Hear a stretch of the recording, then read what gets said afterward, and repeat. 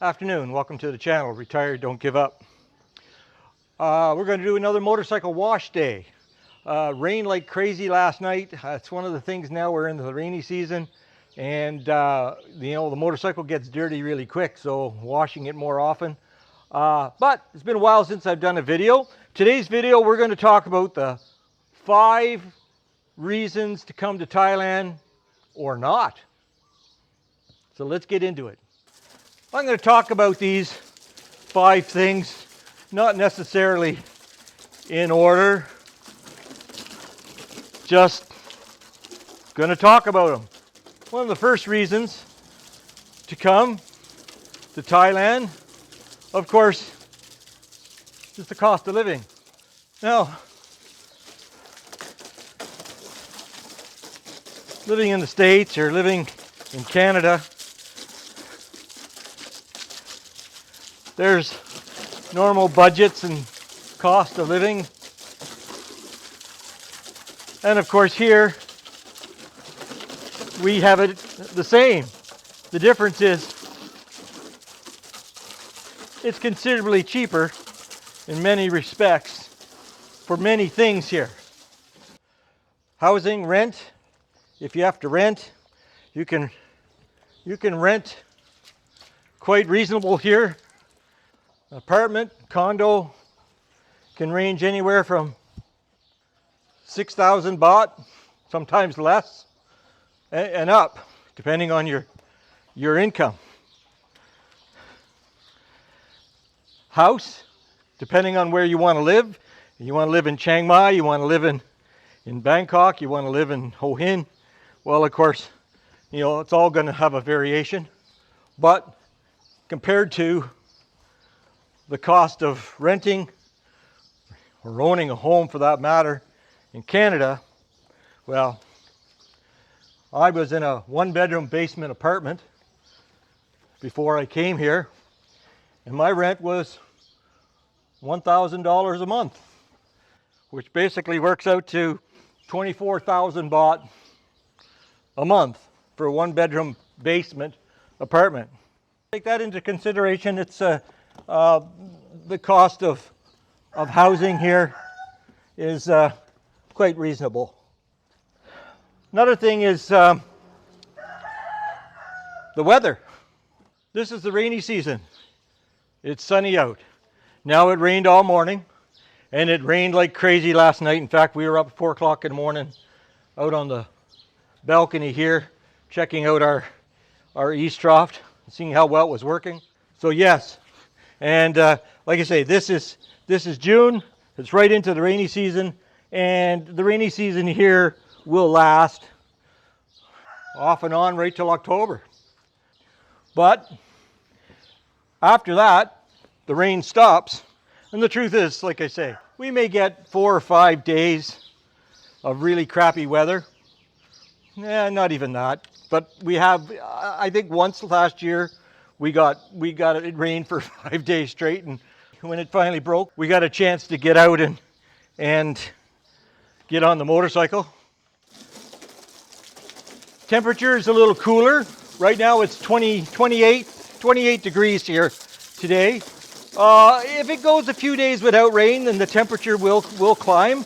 Right now it probably doesn't go much higher than say 33, 34 degrees. I will admit that in the rainy season, the humidity is a little higher. It's somewhat humid right now, but acceptable. Now, come November, well, November through to February is Thailand's, most, the best weather as far as temperature is concerned. It goes between 25 and 30, and humidity is fairly low, and it basically does not rain. So when you're making plans, well, it's usually not a problem as far as weather is concerned. And of course, after February, the temperature starts to climb. Still no rain until, again, like I say, June. And yes, it gets considerably warmer. And the thing is, if you like warm weather, like me, as far as arthritis is concerned, that's a very big advantage. But for some, maybe not. For some, when we get into really, really warm weather, it may be detrimental to your health. So that's something you have to take into consideration. But we have air conditioning, and there's always ways around that. Number 3, food. If you like food, well, Thailand pretty much has the best food anywhere. Whether it's in the north or in the cities, it doesn't really matter. And the availability for the food, that's definitely another plus. I mean, if you're in the city, even here, we go into town, there's street vendors everywhere. We go into our little village. I did a video not too long ago where we just pop into a local village, and there's all kinds of street vendors along the side, and you can get all kinds of amazing food. So if you like food, this is a place to be. Now, be warned, if you might like food, but you want to make sure you don't mind spice, because you can ask for no spice. That would be the word no. My pet, my being no, spice, pet meaning spice, or you could tell them nit noi a little bit, and they'll put a little bit of spice in it. But the truth of the matter is, they're all different. And if you're not a person who likes spice, you're going to find it a little difficult after a little while. Or you're going to find it a little difficult right from the beginning. After a while, you might build up a tolerance to it, and you might not. So that's something should be taken into consideration. Because even though the Thais say it's not spicy, don't believe that. My wife, I say no, not spicy, no spicy, and she says nit noi. She doesn't know what nit noi means. A little bit. She doesn't know what a little bit means. And well, I mean, I'm just starting to put more spice in my food, but we'll be sitting together and she'll put her spice in her food, and and then halfway through the meal, she'll be taking stuff off out of her bowl and putting into my bowl. And believe me, just a little bit of whatever she takes out of her bowl and puts into my bowl, wow. And she doesn't like it spicy. So if she doesn't like it spicy, well, there we go. That's definitely spicy. Number 4, travel. If you like to travel, well, Thailand, it's a fair-sized country, but the beauty about it is the cost of travel in Thailand compared to the cost of traveling in Canada or the United States or any other place for that matter is considerably cheaper. If you need to fly, you can get flights for as little as 2,000 baht, 3,000 baht, depending on where you're going and where you are. If you're in Bangkok, the Don Muang Airport, and you want to go to Hatay, or you want to go from Don Muang to Chiang Mai or Chiang Rai, it's pretty reasonable. So travel is quite reasonable in that respect. Also, lodging. Again, depending on where you want to stay and depending on your budget. Like when we go on the motorcycle, we go on our trip with the motorcycle, we'll stay at we don't even plan. We see a hotel or like a motel or a resort on the side of the road. We pull in, and usually they're like 500-600 baht. And you know what? They're clean. I mean, you can go in, you can check, but every time we go in, they've always been clean, and they are very, very pleasant. And so travel anywhere, you can, if you just want to go, you don't have to necessarily plan. You can just go. Travel in Thailand is very reasonable. There's an abundance to see, abundance of places to go, not just temples, but I mean, there are reservoirs, there's caves, there are viewpoints. They're all over the place, and you can just take your time and stop along the way and see some amazing things. Now, my last one, I'm saving to the end because it's a little bit more involved. Relationships. Now, some of you may come here with your wives, and that's all very well and fine, and you can retire here quite comfortable, especially if you have 2 pensions. But if you're coming here and you're single, and if you have no intention of having a relationship, that's fine. You can do just fine living single here. There's many, many places, Pattaya, Jomtien, Bangkok, Chiang Mai, Chiang Rai. It doesn't matter, anywhere you go. I have several friends here that are foreigners. Most of them are married, but I have a couple that are not. And that's perfectly fine.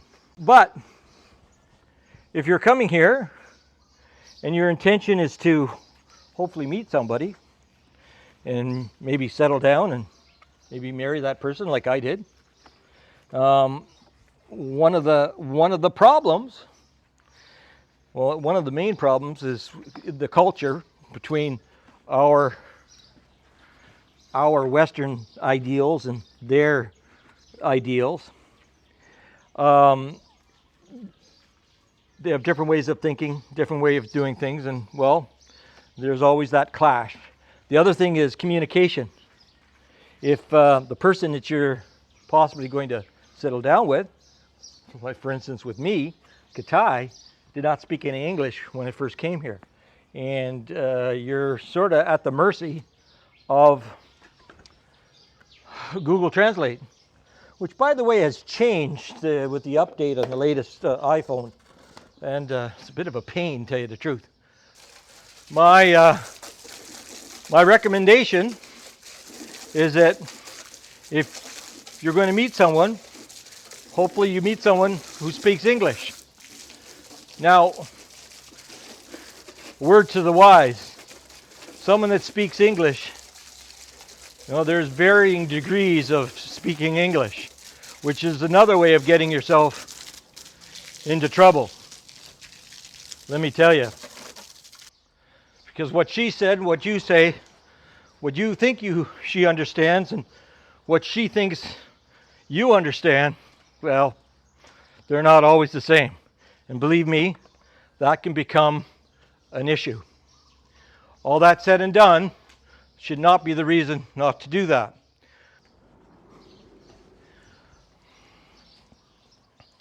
Here, I pay for everything. My income covers all the expenses of the house. I support Katai and her mother and her son. And her son would love nothing better to pack up and head to Chiang Mai. He's a wonderful cook. But Katai and I quite often will get on this motorcycle or go get on a plane, and well, we'll be gone. We'll be gone for a week. And her mother, her health is not that good. You've probably seen her a couple of times here. She has bad osteoporosis, and therefore, she does her share.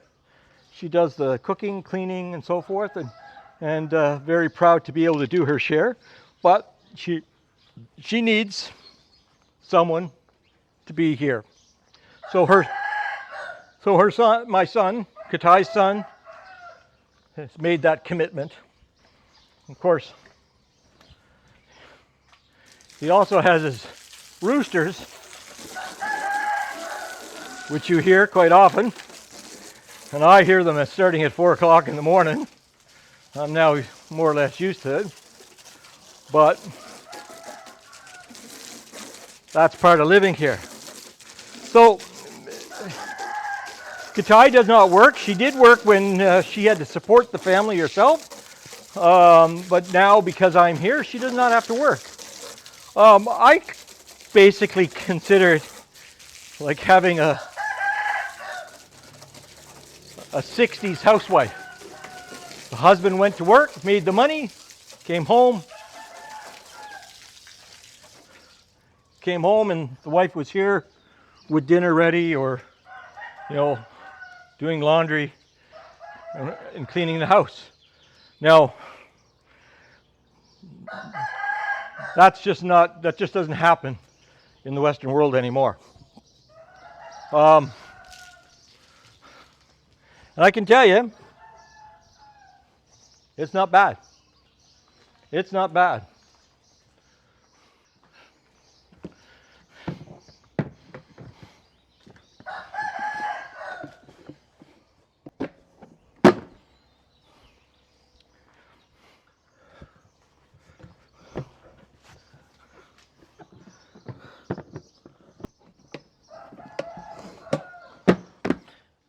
Now, another thing about moving here, I don't know if you want to call it the sixth thing, or,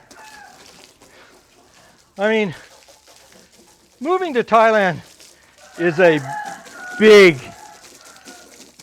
adjustment. It's a big commitment. I mean, it's one thing to come and visit, but to sell everything, pack up,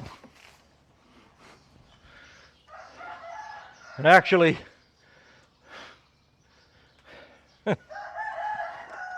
tell your Canadian government that you're not coming back and sign all your legal papers and so forth. Well, yeah, that's a big thing. And the thing is, Thailand isn't necessary for everyone.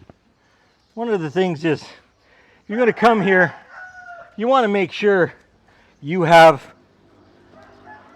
something to do if you're going to retire. Now, that's the thing, is like a lot of people come here once they retire.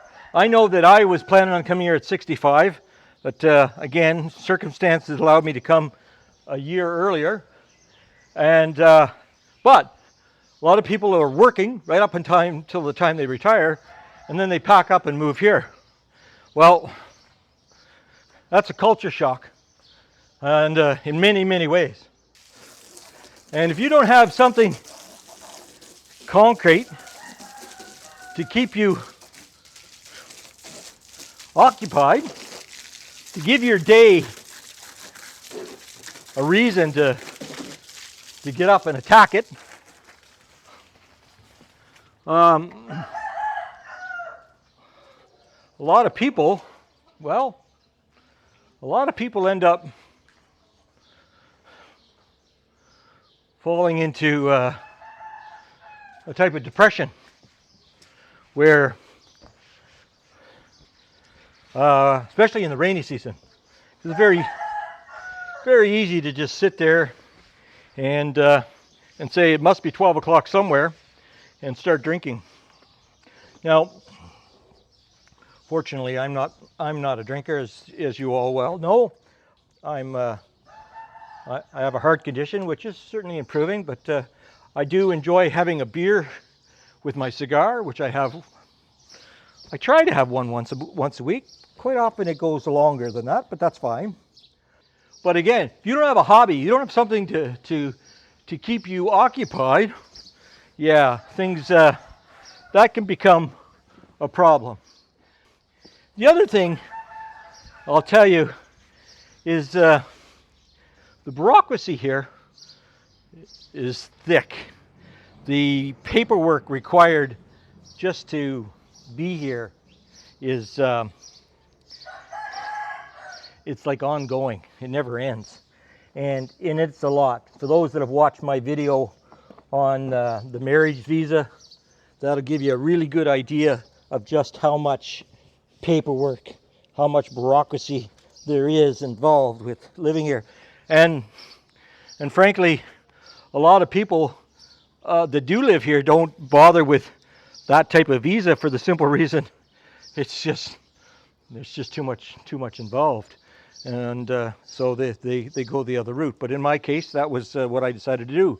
But again, as I said, it's not for everyone, and therefore it's something to consider. So if you're coming to Thailand, well, you don't just pack up and sell your house and sell everything and come.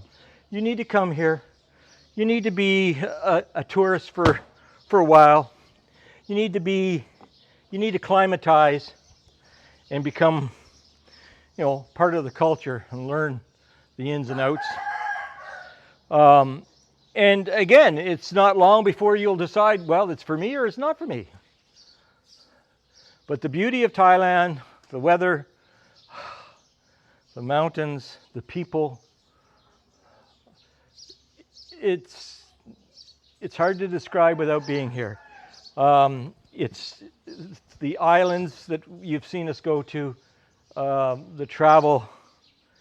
It really is a remarkable country. I'm coming here. I'll be here 2 years this November, and I don't look back. I really don't, and I'm as happy as I can be. Even in the rainy season, we've got our fish in our fish pond that we check out every day. We take this motorcycle and we go on trips, whether it's a day trip or a 2-day trip. Bought my drone, and I fly the drone and try and show you all different aspects of Thailand. This is a wonderful place to live, but it isn't for everyone. But if it's for you, come, try it out, get the feel. Not just in northern Thailand, go to different places. I've been now right to the south of Thailand, and I know I would not want to live down there. I would not want to live that far. I have good friends that live in Ho Hin. I would not want to live in Ho Hin. Now there's an advantage to living in Ho Hin, so you have more people speak English, so maybe that's a good thing. But come to Thailand, check it out. Motorcycle's clean. Not sure what we're going to do next, but until then, bye for now. And remember, don't give up.